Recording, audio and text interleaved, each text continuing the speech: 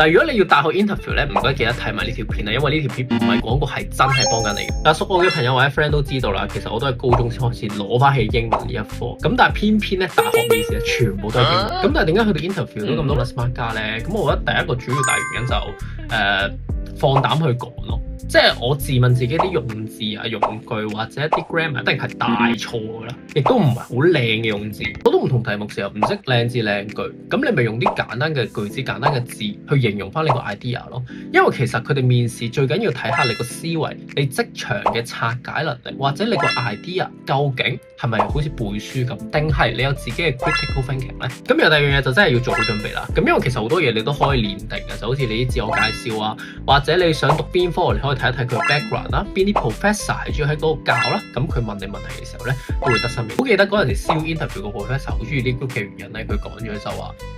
好中意你哋對住呢個題目唔係 show off 你哋自己，係真係有個理性嘅交流，人哋可以俾到你嘅，你都可以俾翻人哋，大家可以有個互相嘅溝通咧。即使我哋嗰陣時都覺得